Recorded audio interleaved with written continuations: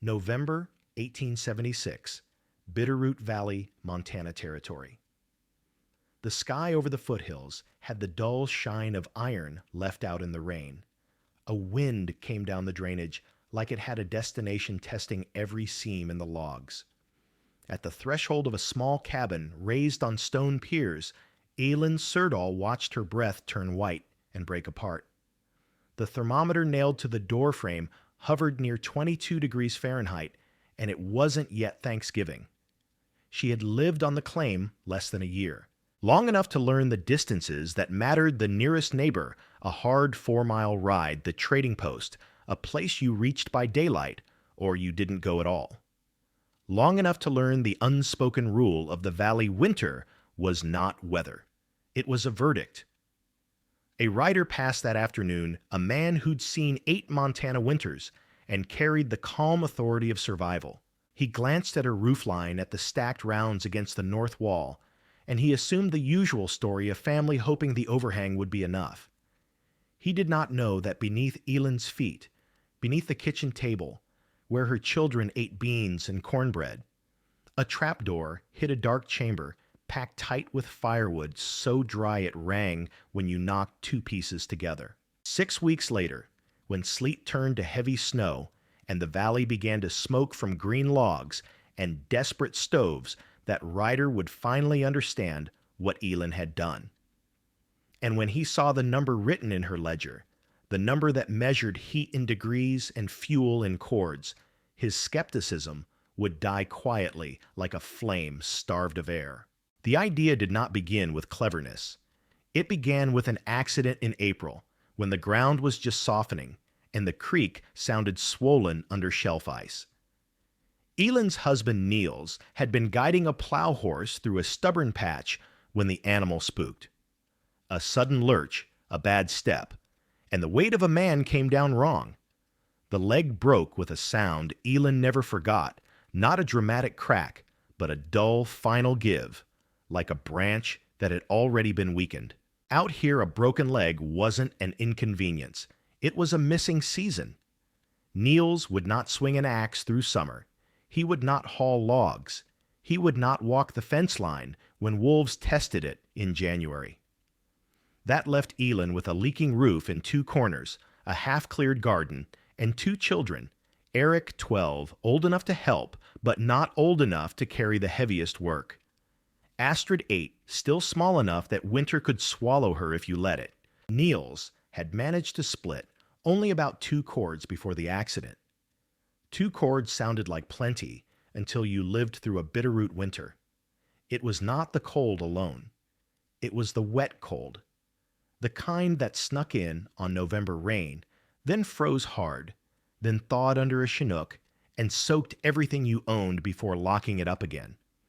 Wet wood did not simply burn poorly. It punished you twice: first by stealing heat to boil its own water, and then by coating your chimney with creosote that waited for the wrong spark. Ellen listened at the trading post to old stories of families burning chairs, then floor planks, then staring at wagon spokes as if wood could be eaten. She went home and looked at her cabin, the way a person looks at a tool they must depend on. That was when she noticed the empty dark beneath the floor. Niels had built the cabin in the old Scandinavian habit, raising it 18 inches off the ground on fieldstone piers. The lift kept the sills from rotting and let air move under the floorboards. In summer, it cooled the room. In spring, it helped the mud dry. Most settlers treated that space as nothing: a place for chickens to hide, a place you crawled once to chase a hen and swore you'd never do again. Elin crawled there anyway. She did it on a bright day after rain when the slope behind the cabin still ran with thin water. Under the floor, the world changed. The ground was darker packed and oddly dry. The roof overhang pushed most rain out beyond the drip line, and the natural grade carried runoff away. The stones stood like squat columns. The air smelled like earth, not rot. She came up with dirt on her sleeves and a thought that made her feel both hopeful and reckless. If the space under the cabin stayed this dry, then a chamber dug deeper might stay drier still. Not a cellar for potatoes, but a vault for fuel. A place where firewood could be protected from sleet thaw and wind-driven snow. When Thomas Keene, that writer with the calm authority, stopped by to check on Niels, she mentioned it in the plain. Careful way a person offers an idea that will be judged. Keene listened from the saddle, his face set in a practiced expression. He had homesteaded since '68. He had buried a wife to pneumonia and learned to distrust anything that sounded easy. Dig under your own cabin, he said. That's your foundation you're talking about. Ellen kept her voice steady. She spoke of leaving a wide margin around each stone pier, of working around them, of not touching the load points. Keene shook his head. Frost heave doesn't care about your margins. You loosen the earth you invite settling, and when the heavy rains come, that hole will fill like a basin. He offered what men like him often offered, help a couple cords, a neighbor's charity. It was a kind offer, but Elin had learned something about charity in America. It came with invisible rope. It could tighten when you least expected. Self-reliance, on the other hand, was a rope you held in your own hands. That night, while the lamp hissed and Astrid slept, Elin measured the floor with string and a piece of charcoal, and she marked the place beneath the kitchen table. She began in late May, when the frost finally released its grip. The plan was not grand. It was specific. A chamber roughly 6 feet wide, 12 feet long, and 5 feet deep at its lowest point, large enough to hold near 3 cords if stacked tight, perhaps more if the corners could be used well. She would not dig under the sills. She would not undermine the piers. She would leave a generous buffer around each stone column, like giving a wide berth to a horse that might kick. She worked in 2-hour stretches because the body has limits, and because the air under a cabin grows thick when you breathe, and the wind cannot carry it away. She crawled into darkness with a kerosene lantern and a short-handled spade. Bucket after bucket came out Montana soil, first loose and root-threaded, then heavier, then finally clay that cut in clean blocks.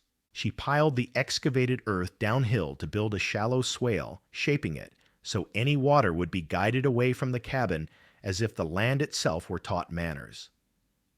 Eric helped hauling smaller buckets, learning quickly that a full pail of clay weighs more than pride. Neil sat with his leg propped, watching the piers every morning for signs of shifting, his eyes sharp, with the quiet fear of a man who cannot stand and correct a mistake once it starts. Word moved the way it always moved in a valley, faster than a rider, slower than a rumor. The sawmill man Hendrik Voss came north from the river to speak with Niels about timber, and found Elin emerging from beneath the cabin, streaked with dirt and sweat. Voss was practical as a hammer. He crouched, peered into the dark, and asked the only question that mattered. How do you keep it from turning damp? Elin had been waiting for that. Dry wood wasn't just about shelter. It was about moisture physics, the simple truth that wet wood wastes heat. If a log carries water, the fire spends its first energy boiling that water into steam. That energy does not warm your hands. It leaves through the chimney with the smoke. I'll make the air move, she said. If air moves, it carries moisture away. Voss's expression didn't soften, but he listened. Voss had seen frontier ingenuity fail often enough to mistrust it. People tried half-buried cabins for warmth and discovered spring melt rising through the floor like a bad joke. People sealed sheds too tight and grew mold that could sour a winter's worth of stored food. Elin, he said still air is a wet blanket. You trap dampness down there, you'll ruin the whole purpose. She nodded. Then I won't trap it. Her father in Bergen had been a shipwright, not a romantic title, but a trade that respected dry timbers and punished mistakes with rot. A ship's hold stayed usable because air was guided where it needed to go. Ellen wasn't building a ship, but she was borrowing the principle, create a path. Encourage convection. Let the wind do work for free. She described 2 vents, one opening, tucked under the upslope eave, where rain rarely reached the other, extending beyond the downslope drip line where prevailing winds could tug air outward. When wind passes an opening, it lowers pressure, and lower pressure pulls air through like a slow breath.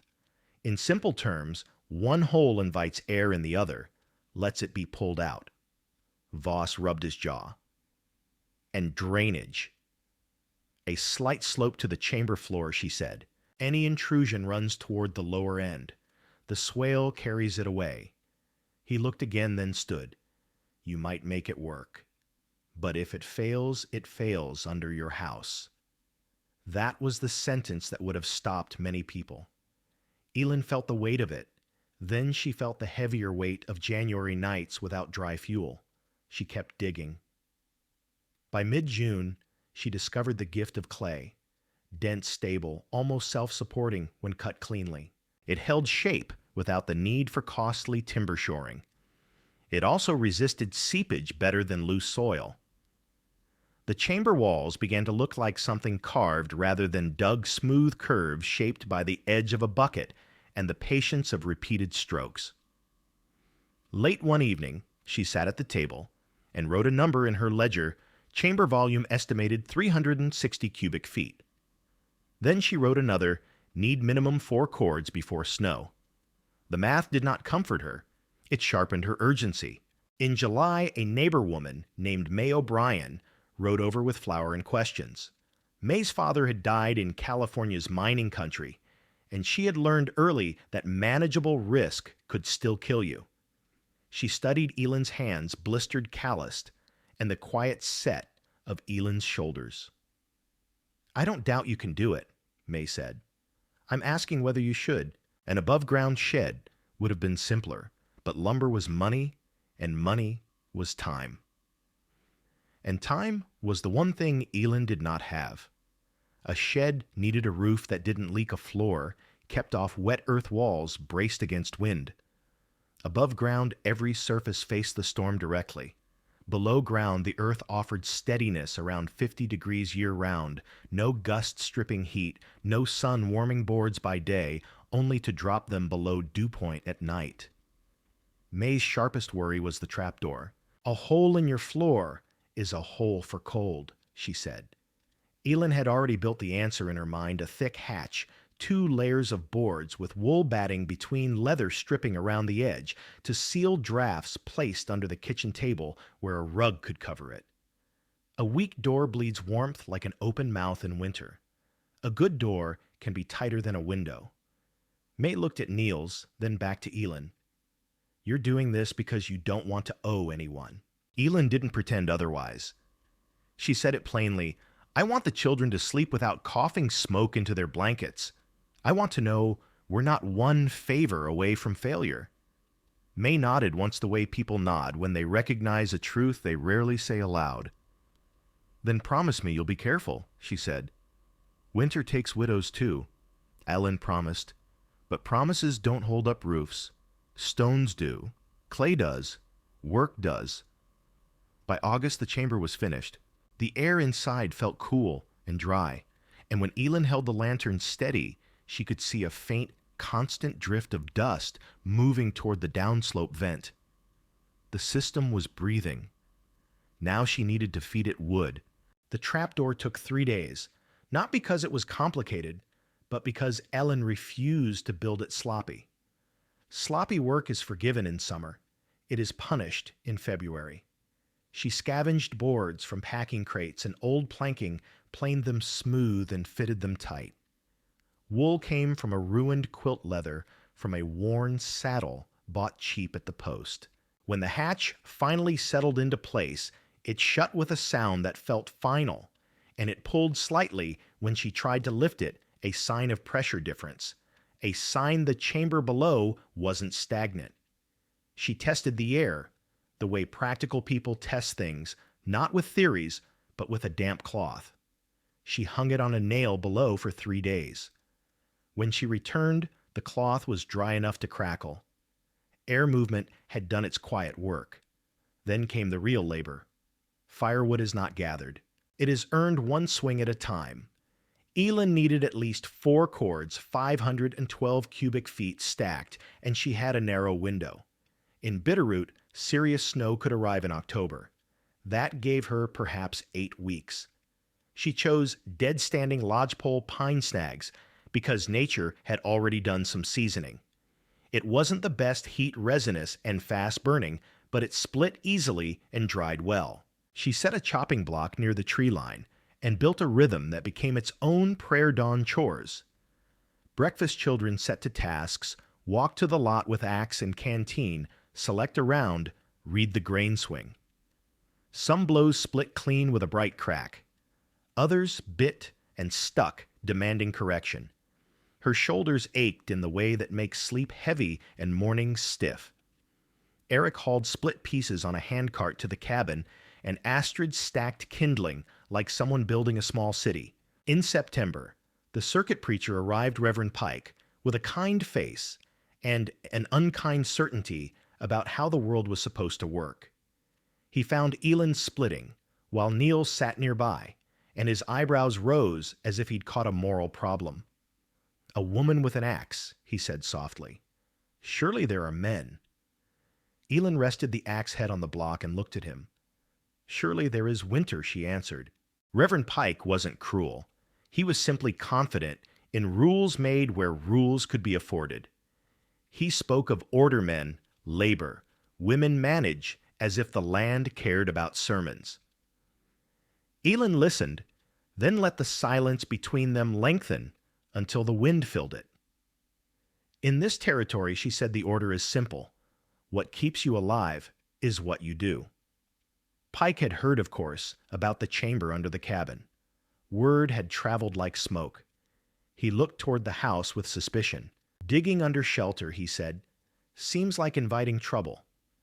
Neil's quiet, until then spoke with the restrained firmness of a man whose pride has been forced into patience. "The floor is on stone piers," he said. "The earth is clay. The posts are reinforced. It's not reckless."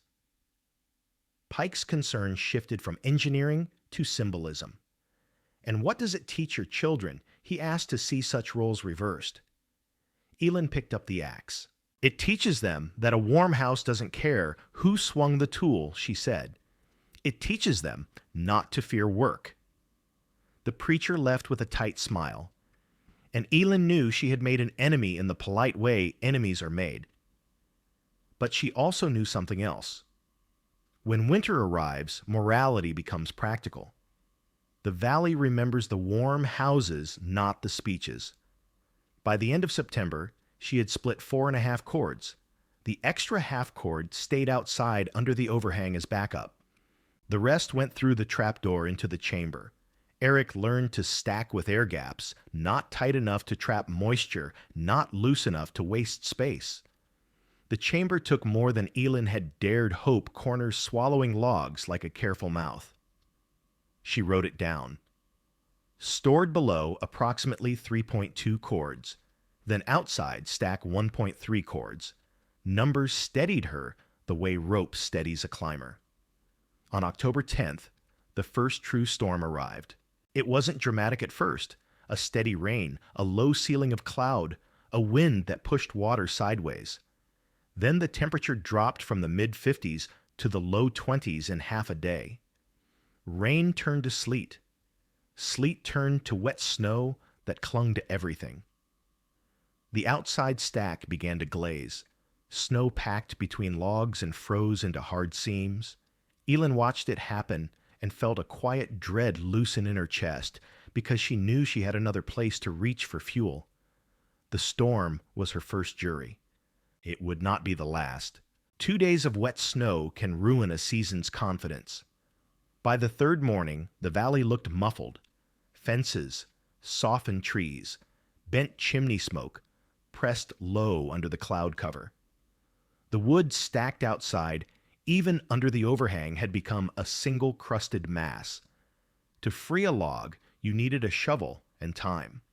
Time is what you don't have when a fire is dying. Elin lifted the rug, unlatched the trapdoor, and swung it open. Cool air rose from below, not damp, not sour clean as a cellar should be. She descended with the lantern and felt the strange comfort of stable temperature. Down there it was around 50 degrees Fahrenheit, warm enough that her fingers didn't numb. The wood lay as it had in September, loose dry, eager to burn. She carried an armload up and fed the stove. The fire caught quickly, bright and decisive. Less smoke, more heat. That difference is not romance. It is physics.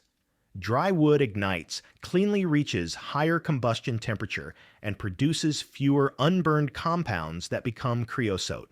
Wet wood hisses, steams, and smolders. The chimney becomes a cold pipe coated with fuel you never meant to store there. That morning, Thomas Keene rode in his coat glittering with ice crystals. He had spent an hour chiseling logs from his own frozen stack just to get a breakfast fire. He came, he said, to check on Niels, but his eyes kept drifting to Ellen's kitchen table. She didn't brag. She simply lifted the rug and showed him the hatch. Keene's skepticism held for exactly as long as it took him to climb down and touch a split log. He brought it close to the lantern flame and watched how it behaved. No hiss, no sweat of moisture, just the faint, warm scent of resin. He stood a long moment, in the chamber lantern held high, reading the details like a man reading a map, the reinforced stone bases, the clay walls, the two vents. When he climbed back up, he didn't apologize. Men like him rarely did. He simply said, "That's dry." Elin answered dry enough to matter. Keene looked out the window at his iced stack and said something close to awe, spoken quietly, so pride wouldn't hear it. Come January, the valley will either copy you or envy you. Ellen didn't know yet what January would bring, but she had already begun keeping records.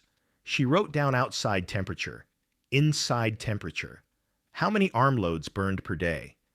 She did it because winter doesn't respect opinions. It respects proof. November hardened. The creek edges thickened with ice.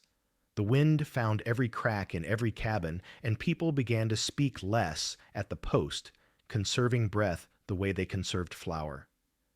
Ellen kept her notes. In the morning before the stove was fed, she read the indoor thermometer. In the evening after supper, she read it again. She wrote down how much wood had been carried up through the hatch. Her method wasn't scientific in the modern sense. It was frontier science, consistent observations made by someone whose life depended on them. The physics behind her chamber was simple enough to explain without fancy words. First, keep fuel dry. Moisture steals heat. Below about 20% moisture content, wood burns efficiently. Above that, much of your fire's energy turns to steam, and your chimney becomes a factory for smoke and creosote. Second, let air move. Stagnant air becomes a damp pocket. Moving air removes moisture and prevents condensation from clinging to the wood. Third, use the land's constants. The ground stays near a steady temperature, even when the air swings wildly. That steadiness reduces the condensation cycles that plague above-ground stacks. Fourth, manage water. Like it's alive, give it a path and it behaves. Force it to stop, and it finds a way into your shelter. By December, Keene's prediction began to show. Men rode by more often, not to help, to look. They asked questions with the guarded tone of people who don't want to admit they're impressed. One man asked if the chamber made the cabin colder. Elin showed him the hatch, tight seal leather edge wool inside. If a door leaks, she said it's not a door, it's a hole. Astrid, who had been frightened by the dark chamber, at first began to treat it like a strange second room. On mild afternoons, she sat near the open hatch and listened to the wind above while the steady earth below offered quiet. Niels joked once that Elin had built the valley's most expensive pantry for wood, but his smile had real gratitude in it. Gratitude that didn't require speaking about fear. Then, in early January, the cold arrived the way a heavy hand arrives without apology. The sky cleared, turning hard and bright. Nights fell below zero and stayed there. Snow squeaked under boots. Iron grew brittle.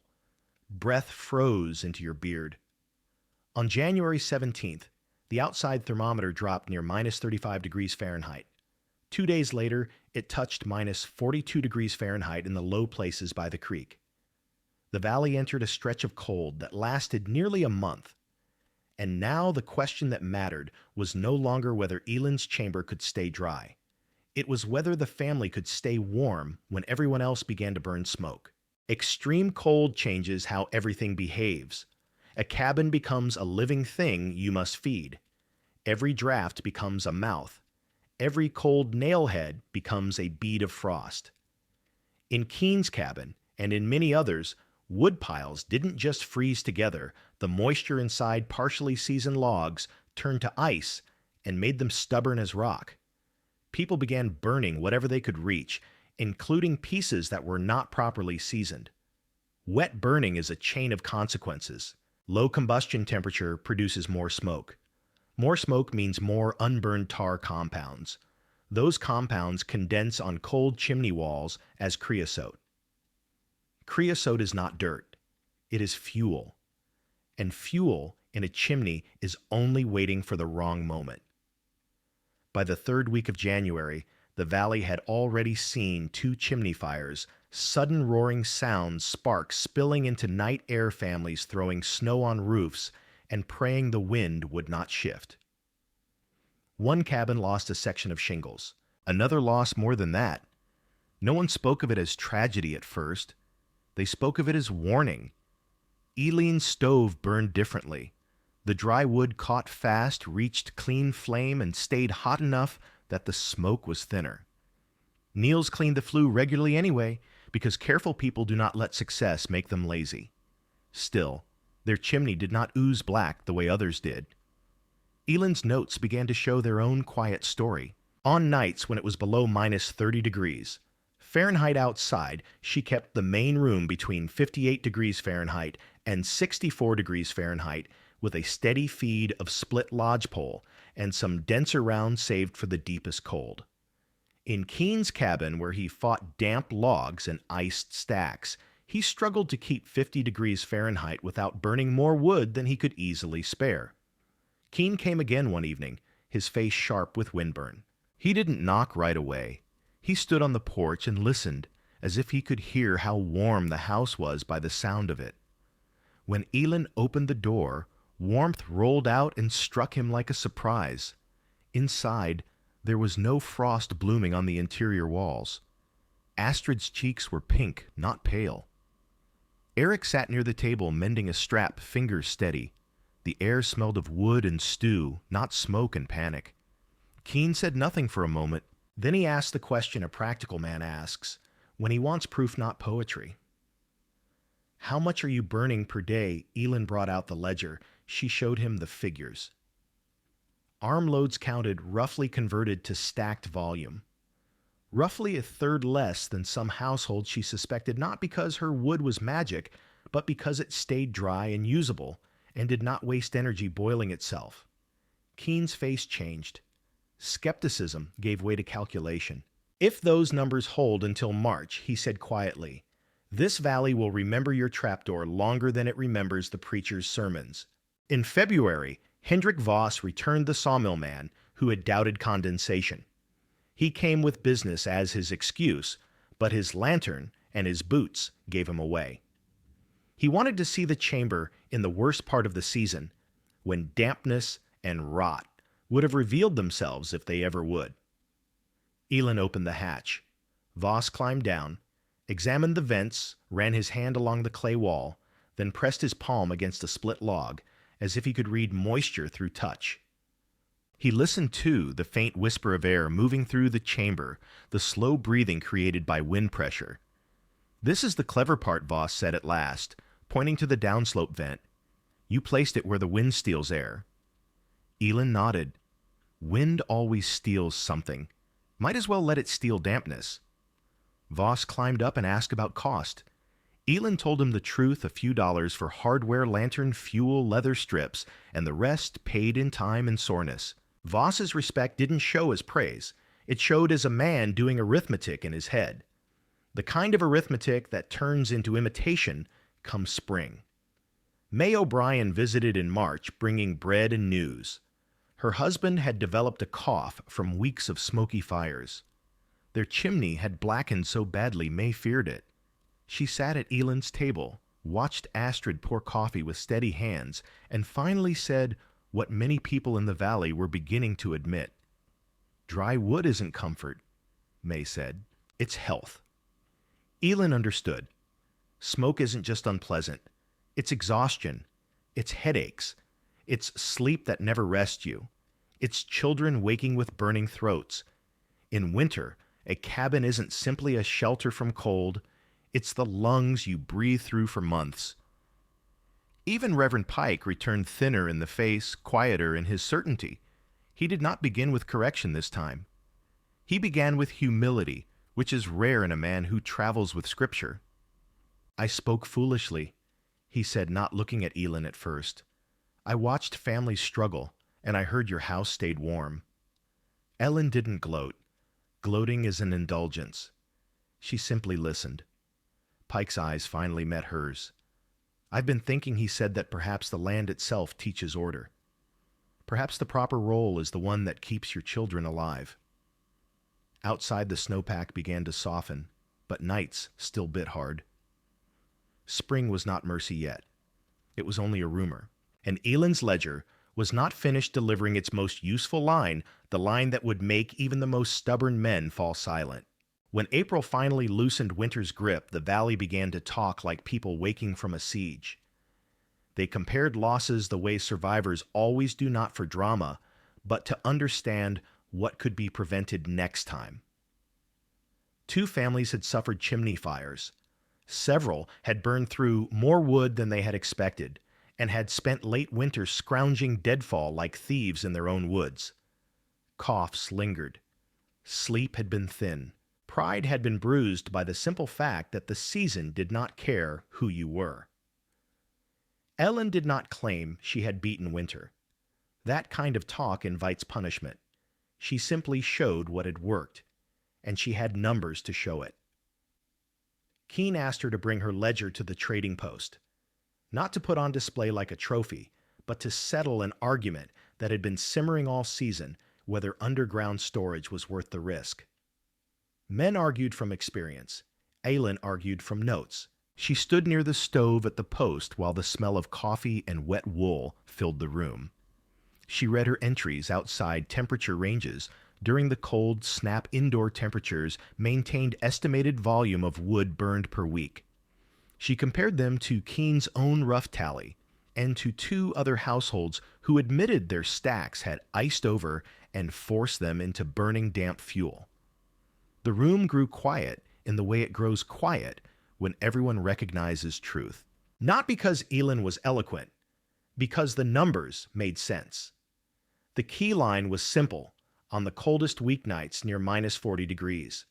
Fahrenheit Elend's household burned roughly 1 cord less across the month than 2 comparable cabins while maintaining a warmer interior and producing far less smoke. The exact totals varied by wood type and stove, but the direction was undeniable. Dry fuel behaved differently. Then Keene said the sentence that turned curiosity into future action.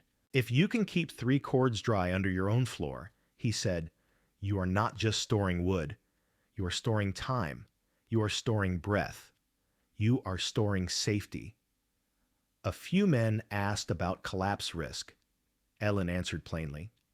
"It depends on soil on water table, on how the cabin is supported." Clay and stone piers made her case possible. Loose sand would not. High groundwater would not. A cabin resting on continuous sills without piers would require different engineering. She did not sell a miracle. She explained a method. That restraint made people trust her more. Frontier people can smell a false promise the way they smell spoiled meat. By late April, the first man asked her to come look at his cabin's underside. Ellen hesitated. Helping is noble.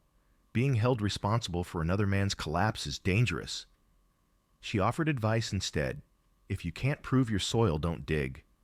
If you can't drain water, don't trap it. Still, imitation began. It always does when a solution touches survival. In May, two families built smaller versions, shallow pits lined with stone vented used to keep kindling, and a week's worth of splits dry. Another family dug a chamber beside their cabin and ran a short covered passage to it, unwilling to cut their floor. A ranch hand built an above-ground windshed tight to his cabin wall, creating a dead air buffer that sheltered stacked wood from wind-driven snow. The idea wasn't copied as a single design. It spread as a principle: keep fuel out of weather, keep air moving, and use land features rather than fighting them. Voss mentioned Eland's chamber to a contractor in Missoula. The contractor mentioned it to a man heading toward the Flathead. Stories traveled in pockets and wagons, in mail sacks, in the time people spent waiting for horses to be shod. By 1880, the valley would see dozens of variations, each adapted to local soil and risk. Where the ground was stable and the slope drained well, chambers appeared. Where the water table was high, people built tight sheds and windbreaks instead. Eland did not become famous in any grand sense. Fame is for cities, but she became something more useful in a frontier valley, a reference point. Like Sertle did, people would say, when they described any clever use of wind or earth to solve a winter problem. And yet the story remained human at its core, because the chamber wasn't built to impress. It was built because a man lay with a broken leg and children needed warmth. It was built because dependence felt like a rope around the throat. It was built because Eland had a stubborn streak deep enough to dig through clay for weeks without anyone's permission. Late one evening, Neil sat at the table and traced the edge of the trap door with his fingers thoughtful. "You know," he said, "the strangest part isn't that you kept the wood dry." Eland looked up. "The strangest part," he said, "is that everyone thinks this is about wood." He was right. The chamber was about something else, about shifting winter from an enemy you beg to spare you into a problem you can manage. Not perfectly, not forever, but enough to sleep. And that more than any temperature reading was why the valley remembered. If there was a single lesson the land pressed into people, it was this: don't confuse tradition with proof. Many settlers stacked wood the way their fathers had stacked it against the north wall under an overhang, trusting habit like a talisman. Habit works until it doesn't. Eland's solution worked because it addressed the actual forces at play. Wind strips heat from walls and sneaks snow into gaps. Water finds low places. Temperature swings create condensation cycles. Moisture content determines whether wood warms you or steals warmth from you. These aren't philosophies. They are mechanics. Keene began repeating a phrase at the trading post, and it stuck because it was simple. "Physics doesn't care if you approve," he said. "Physics just collects payment." Eland herself didn't speak like that. She spoke in quieter terms. She told people what to watch for. She told them to feel the air under their cabins after rain. She told them to look at how the land slopes. She told them not to dig where spring water lingers. She told them to remember that a chamber is only safe if the structure above is supported independently of the soil you remove. People listened because winter had educated them. By the next autumn, Eland's children were different too. Eric carried himself with a steadiness earned by real responsibility. Astrid had grown used to the idea that darkness under the floor could be made useful rather than feared. Niels healed slowly and returned to work with a humility that injury teaches the humility of knowing strength is temporary.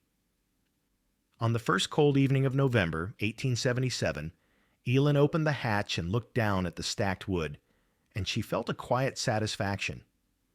Not pride exactly, but relief that had weight. The firewood was not a pile outside begging the sky to be merciful. It was a reserve underfoot, protected by earth and by her own labor. The valley, meanwhile, had begun to retell her story in a way stories are always retold, simplifying, sharpening, turning caution into certainty. Some men spoke as if Ellen had dug a secret barn under the cabin. Others claimed the chamber held 5 chords. Exaggeration is how people decorate truth. Aylin corrected the numbers when she heard them, because wrong numbers lead to wrong decisions, and wrong decisions in winter are expensive. Still, the core stayed intact. A woman doubted by experience and tradition built something that worked when the cold arrived. And when it worked, it didn't just warm her cabin. It changed the valley's sense of what was possible with the materials already under their boots. If you're watching from a place where winter is mild, it can be hard to grasp how quickly comfort becomes survival. A few degrees inside isn't luxury when it means the difference between sleep and shivering awake all night. Dry firewood isn't convenience when damp wood fills your lungs with smoke for weeks. That's why the story of Aylin's chamber lasts. Not because it's quaint, because the logic still holds. Wind and convection strip heat. A sheltered air gap slows that loss. Moisture steals combustion energy. Dry fuel returns it. Stagnant air traps dampness. Ventilation removes it. Ground temperature stays stable. Stable temperatures reduce cycles that invite condensation. Those are the pillars as real as the stones under Aylin's floor. And there's another pillar people forget to name attention. Aylin noticed what others ignored: a dry patch under the cabin after rain, the way the slope carried water, the way wind came from a consistent quarter in winter, the way a wet log hissed and smoked and coated the flue. She didn't need a lecture. She needed her senses and the willingness to trust them. As the years passed, the valley changed. Better roads, more reliable supply lines. Some families switched to coal when it was available, but the old problems never fully left. Even with purchased fuel, moisture and wind remain. Even with modern stoves, wet wood still smokes. Even with better houses, drafts still find a way. Aylin didn't frame her work as innovation. She framed it as necessity. And necessity is what makes the frontier's best engineering feel almost inevitable in hindsight. Before the story closes, there's one more piece the valley carried forward the way proof spreads. Not with speeches, with winters. A man can dismiss an idea in July. He cannot dismiss it in January when his children cough and the stove struggles. That is how techniques travel, not because they are fashionable, but because they reduce suffering. They reduce the amount of life you have to spend fighting your own environment. Soon, a small bulletin from an agricultural agent would mention underfloor storage as a local practice in stable soils. Diagrams would appear in notebooks. Men would argue about vent placement and drainage swales like theologians arguing scripture.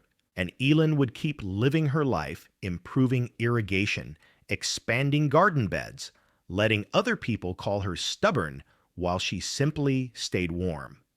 Because the frontier doesn't reward what sounds proper. It rewards what works. If you want more frontier survival engineering like this, the kind that holds up when winter is, the judge subscribed to Wildwood. And if you're watching from a cold place, leave a comment with where you are and the lowest temperature you've ever seen. People underestimate how much geography shapes what normal even means. Aylin never built chambers for hire. She understood something about labor. Once people start paying you, they start owning pieces of your time and blaming you for their choices. She preferred to share principles, not promises. Still, her influence widened. A few years after, her chamber proved itself a homesteader. North of the river, adapted the idea to store tools and kindling dry. Another built a shallow underfloor warm box for boots and mittens, vented to prevent damp. In harsher areas, people combined methods: a windbreak berm, outside a tight shed for immediate wood, and a small below-ground reserve for the worst storms. Not every attempt succeeded.